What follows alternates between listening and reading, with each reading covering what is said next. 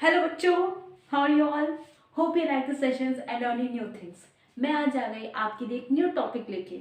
आज का हमारा टॉपिक है natural vegetation and wild life. So first of all अब हम जानकारी लेते हैं कि natural vegetation and wild life होता क्या है। नेचुरल इट्स मीन नेचुरली, जो प्राकृतिक हो।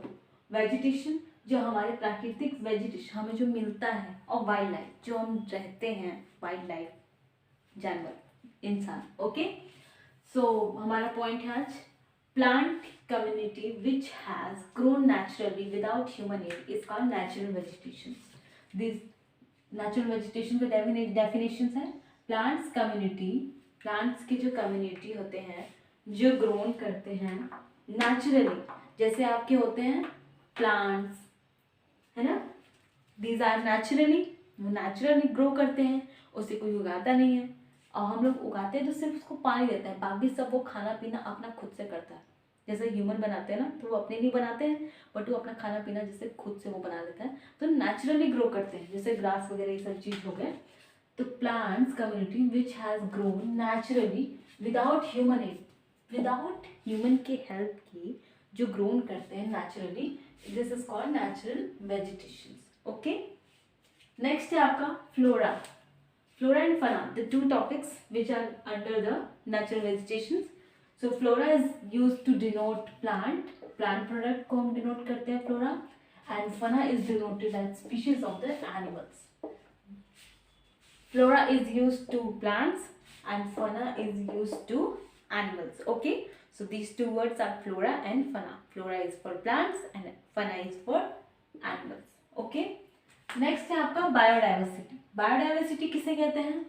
बायोडाइवर्सिटी जो हमारे आसपास की जितने वातावरण है, जितने वातावरण है जो नेचुरली ग्रो करते हैं, और वो किसके लिए हेल्पफुल होते हैं? हमारे ह्यूमन के बींग्स के लिए। जैसे हमें मेडिसिन देते हैं, ऑक्सीजन देते हैं, वुड्स देते हैं, हमें शेल्टर देते हैं, हमें एयर देते हैं, अच्छी कंडीशन देते हैं, तो वो हमारे बायोडाइवर्सिटी। ओके, जो हमारे लोकली जो आवर सराउंडिंग्स ये सब होते हैं।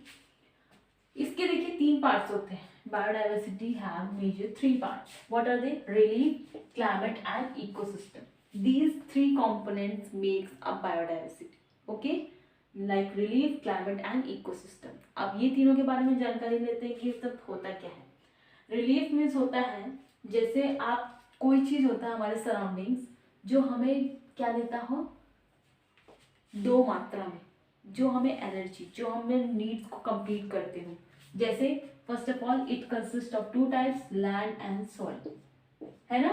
लैंड पे हम लोग रहते हैं और सॉइल से हम लोग फर्टिलिटी ग्रोथ करते हैं, एग्रीकल्चरल सिस्टम्स का ग्रोथ करते हैं, growth production. Okay, so relief consist of two points, और रिलीफ के अंदर ही लैंड और soil included.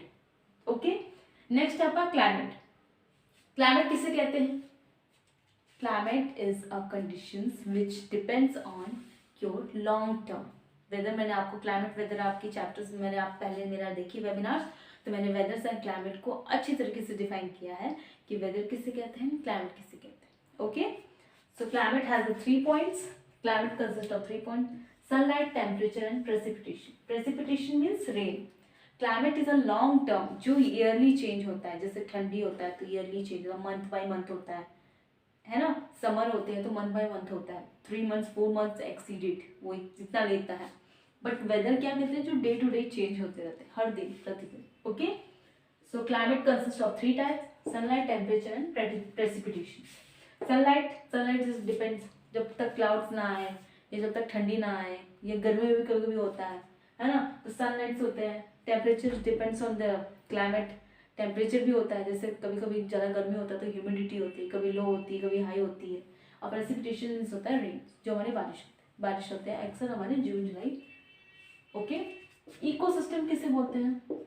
All plants and animals in an area are interdependent and interrelated each other their physical environment. Okay, so physically environment में जो चीज़ हम लोग dependent रहते हैं, ऑल प्लांट्स एंड एनिमल्स, जितने हमारे प्लांट्स और एनिमल्स हैं जो एरिया में इंटरडिपेंडेंट और interrelated to each other their physical environment, जो फिजिकली एक दूसरे से अटैच हो, एक दूसरे से अटैच हो, कैसे, फिजिकली, तो उसे हम क्या बोलेंगे, इकोसिस्टम। जैसे प्लांट्स एंड एनिमल्स, फर्स्ट मैं फॉर एग्जांपल्स मैं आपको समझाती हूँ।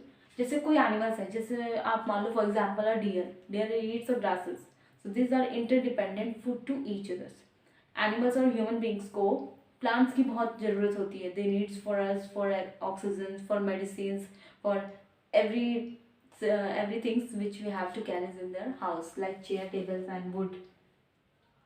These are the examples of the interdependent or interrelated to each other. तो इकोसिस्टम्स उसे कहते हैं जो प्लांट्स और एनिमल्स दोनों इंटरडिपेंडेंट और इंटररिलेटेड रहे, कैसे, physical environments. Okay, these are called as a ecosystem. Next है आपका types of vegetations. There are many types of vegetations are there. What are they? Tropical evergreen forest, tropical deciduous forest, tropical thorn forest and scrubs, montane forest, mangrove forest. There are 5 types of vegetations are there. तो चलिए आइए हम इसके बारे में जानकारी लेते हैं। Tropical evergreen forest, tropical evergreen forest उसे कहते हैं जो हर दिन, हर प्रतिदिन वो क्या रहें, हरे भरे रहें। आप देखे होंगे कई ऐसे एरिया होते हैं, जैसे असम आप चले जाओ, असम वगैरह में, या पहाड़ी इलाका, हिली एरियाज में चले जाओ, वहाँ के फॉरेस्ट कैसे होते हैं, एवरग्रीन, मीन्स हमेशा हरे भरे रहते हैं। वहाँ की नेचुरल फिनोमिना ऐसी रहती है कि वो नेचुरली प्लांट्स को हमेशा ग्रीन रखती, एवरग्रीन फॉरेस्ट हम उसे कहते हैं। ट्रॉपिकल डिसिडुअस फॉरेस्ट उसे कहते हैं, जस्ट लाइक दैट, वहाँ के जो ग्रासेस होते हैं वो डिपेंड करते हैं कि वहाँ पे मानसून कैसा है। ठीक, वहाँ जैसे मान लीजिए बारिश बहुत दिन के बाद आ रही है, तो वहाँ पे क्या होगी, ग्रासेस क्या होगी, सूख जाएंगी। वहाँ पे कौन सी कलर की हो जाएंगी, और येलोइश कलर। जैसे आपके जो गेहूँ होते हैं या पैडी हो गए, आपके धान हो गए, ये सब चीज़ सूखने के बाद कैसे हो जाते हैं, येलोइश कलर के हो जाते हैं, right. So tropical deciduous forest depends on the type. Okay, tropical thorn forest and scrubs. Thorn means होते हैं बच्चा कांटा। ओके, ट्रॉपिकल थॉर्न फॉरेस्ट आप खुद समझ जाओ कि वहाँ जितनी भी कटीली तरीके के पेड़ होते हैं, जैसे आप पेड़ देखे होंगे, ये एक पेड़ होता है जो बस इस तरह बस खड़ा रहता है, बट कुछ ऐसे होते हैं जो इसके ब्रांचेस जो होते हैं बहुत एकदम कटीलीदार निकले रहते हैं, एकदम दैट्स लाइक एकदम कटीलीदार, और इसमें फिर पत्ता रहता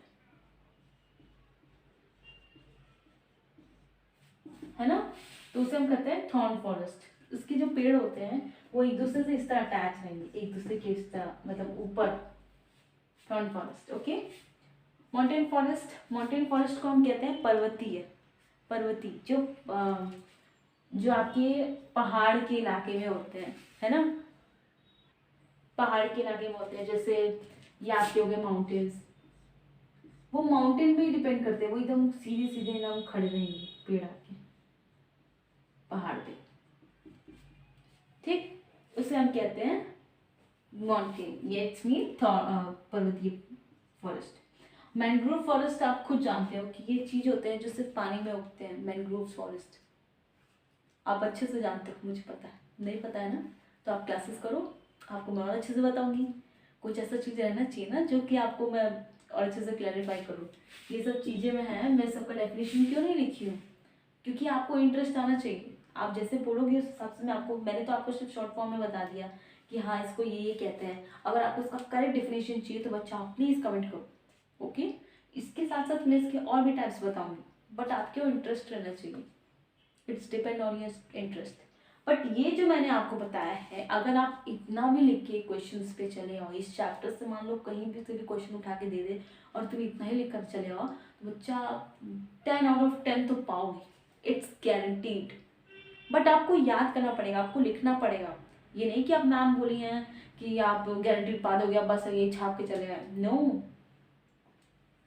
मान लो जैसे ये टाइप्स ऑफ वेजिटेशन 5 मार्क्स का दिया है, ठीक, 5 मार्क्स का दिया है, तो उसका मतलब ये क्या कि आप ये सब सिर्फ पॉइंट लिख के चले आओगे ना, तब आप उसको डिफाइन करना पड़ेगा। डिफाइन सब में एटलीस्ट 2 लाइन्स आप डिफाइन करो, तब जाके आपको 5 मार्क्स गेन हो, वरना आपके 5 मार्क्स इसी तरह चले जाएंगे।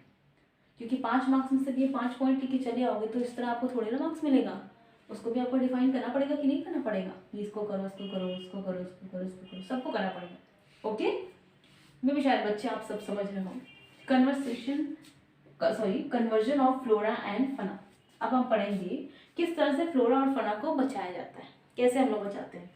मैंने थ्री पॉइंट्स लिया है, और भी बहुत सारे पॉइंट्स होते हैं। तो बच्चा आप लिख के अब मुझे बताओ, that's your homework.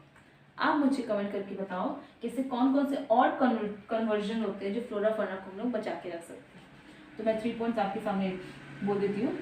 Hunting by greedy hunters for commercial purpose, जो कमर्शियली पर्पस के लिए जो हंटिंग करते हैं हंटर्स, है ना। जैसे मान लीजिए पहले क्या होता है, जो टाइगर्स को मार के सब सोचते थे वाह I am greedy, I am बहुत शक्तिशाली पर्सन है, मैंने मार दिया, मैं बहुत हाई फाई मतलब एक तरह से हो गया नहीं, हंटर है। तो सबसे पहले सब क्या होता था, पढ़ाई से नहीं नापा जाता था सबको। पहले सब देखते थे जो जितना हंटिंग करता है, जितने एनिमल्स को करता है, बड़े से बड़े एनिमल्स को हंट कर देता है, यानी कि सबसे बड़ा आदमी है, पहले इस तरह नापा जाता था।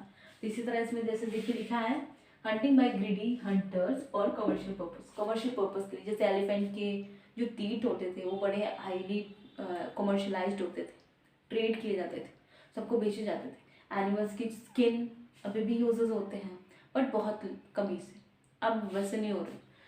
तो ये कन्वर्जन है कि कैसे हम लोग उसको बचा सकते हैं। Okay, conservation sorry. Pollution due to chemicals and industrial waste and acid deposits. जैसे आप देखोगे जितना पॉल्यूशन होते हैं केमिकली और इंडस्ट्री से जितने वेस्ट मटेरियल्स निकलते हैं वो डायरेक्टली कहाँ जाते हैं, वो आपके रिवर्स में जाते हैं। तो समझ जाइए पानी भी गंदा, नेचुरल जो आसपास के वातावरण, जो बर्ड्स वो पानी पीएंगे वो भी खतरनाक है, जो एनिमल्स जो पानी ड्रिंक करेंगे वो भी खतरनाक है, और अदरवाइज ह्यूमन तो आप खुद ही समझ जाओ कि ह्यूमन तो खतरनाक है, क्योंकि वो सब लिविंग है। और वो जो भी पोल्यूटेड जो भी वाटर पिएंगे वो सब क्या है, हमारे लिए हार्मफुल होंगे। तो हम लोग को ये सब चीज़ें सेफ्टी रखना चाहिए कि नहीं रखना चाहिए।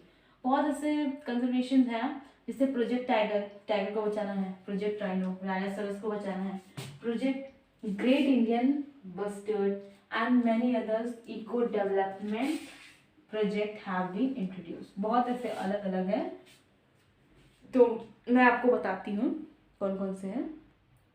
सो नेक्स्ट मैंने रब कर दिया और आपके लिए मैं नया लेकर आ गई। सो नेचुरल वेजिटेशंस में है list 14 bio reserves in India.